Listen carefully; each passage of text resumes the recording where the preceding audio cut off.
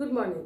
आज हम लोग पढ़ाई करेंगे वर्ग 8 विषय अतीत से वर्तमान अध्याय 12 राष्ट्रीय आंदोलन 1885 से 1947 का अगला भाग। इसमें देखेंगे कि सांप्रदायिकता का बीजारोपण आपकी किताब में दिया हुआ है कि सांप्रदायिकता का बीजारोपण कैसे हुआ, इस चीज को हम लोग को जानना है।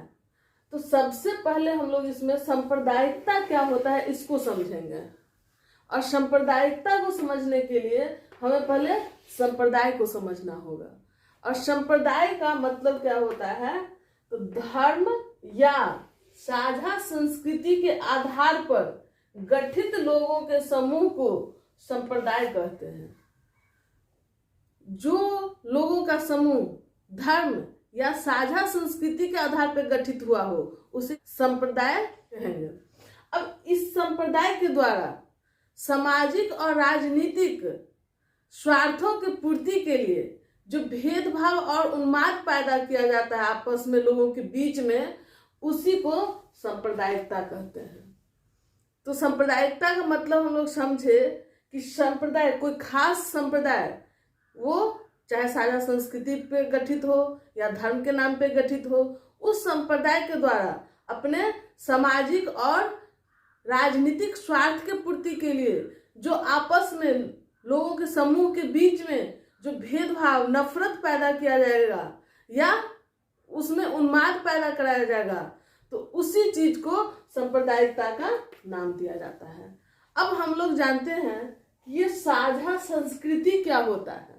तो साझा संस्कृति के आधार पर गठित समूह का अर्थ होता है नस्ल, भाषा, जनजातीय पहचान, राष्ट्रीयता के आधार पर गठित लोगों का समूह। वैसे लोगों का समूह जो नस्ल के आधार पर गठित हो, भाषा के आधार पर गठित हो, या जनजातीय पहचान के आधार पर गठित हो, या राष्ट्रीय पहचान के आधार पर गठित हो, इन समूहों को हम लोग साझा संस्कृति के आधार पर गठित समूह में रखते हैं। जो भेदभाव और कुछ उन्माद फैला हुआ जो हमारे विश्व के अंदर था उसको उदाहरण स्वरूप जान लेते हैं, जिसमें आप देखेंगे कि अमेरिका में नस्ल और रंग के आधार पर भेदभाव आए दिन सुनने को मिलता है। वहाँ अफ्रीकी लोग जो मूल रूप से बसे हुए हैं उनके और अमेरिकी जो मूल रूप से इंग्लैंड के, दोनों के बीच में रंग और नस्ल के आधार पर हिंसा कई बार देखा गया है। आर्य और द्रविड़ के बीच में ये भी नस्ल के आधार पर आपस में भेदभाव रहा है। तमिल तेलुगु के बीच का संघर्ष, तो ये सब सांप्रदायिक उन्माद के बीच का एक उदाहरण है। अब वर्तमान में जैसे देखेंगे मणिपुर में जनजातीय पहचान बचाने के लिए कुकी और मैते के बीच में संघर्ष हो रहा है। कुकी एक जनजाति है और मैते गैर जनजाति है। भारत में सांप्रदायिकता का बीजारोपण किस प्रकार से होता है इसको अब हम लोग को जानना है। अब देखेंगे कि अंग्रेजी शासन व्यवस्था जब से शुरू होती है तो अंग्रेजों की नीति रहती है फूट डालो और राज करो की नीति, जो इन्होंने रोम साम्राज्य से लिया था। और आप देखेंगे कि भारत में सबसे पहले ये फूट डालो और राज करो की नीति का परिणाम दिखता है आपको 1905 में बंग भंग के रूप में। बंगाल में क्या किया जाता है, तो बंगाल को विभाजित कर दिया जाता है धर्म के आधार पर। वायसराय होता है, वो प्रशासन के सुविधा के दृष्टिकोण से बंगाल का विभाजन करने की बात करती है, लेकिन सच्चाई उसके पीछे की ये होती है कि वहाँ राष्ट्रीय आंदोलन जो उभर रहा था उसे कमजोर करने के लिए धर्म के आधार पे पूर्वी बंगाल और पश्चिमी बंगाल, पूर्वी बंगाल में हिंदू बाहुल्य लोगों को रखा जाता है और पश्चिमी बंगाल में मुस्लिम बाहुल्य लोगों को रखा जाता है। और धर्म के आधार पर पहली बार भारत में विभाजन देखने को मिलता है बंगाल विभाजन के रूप में, जिससे भारतीयों के बीच में आक्रोश पैदा होता है। लेकिन अंग्रेजी शासन व्यवस्था के द्वारा इसे और आगे बढ़ाया जाता है। मुस्लिम समुदाय के समर्थक अंग्रेज प्रारंभ से नहीं रहे थे।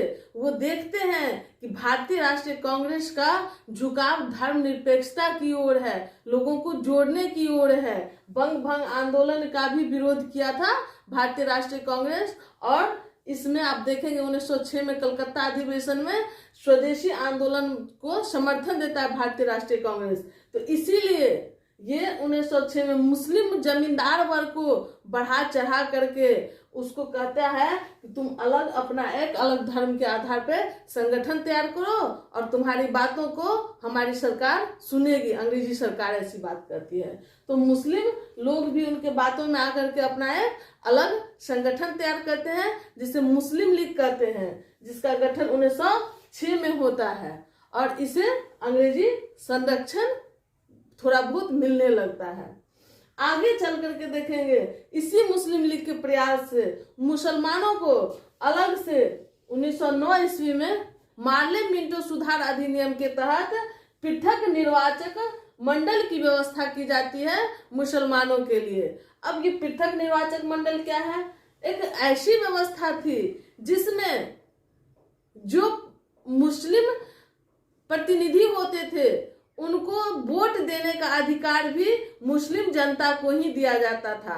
मतलब वोटर भी होगा मुस्लिम लोग ही और कैंडिडेट भी होगा मुस्लिम लोग ही। इसमें हिंदू लोगों की किसी प्रकार का हस्तक्षेप नहीं था।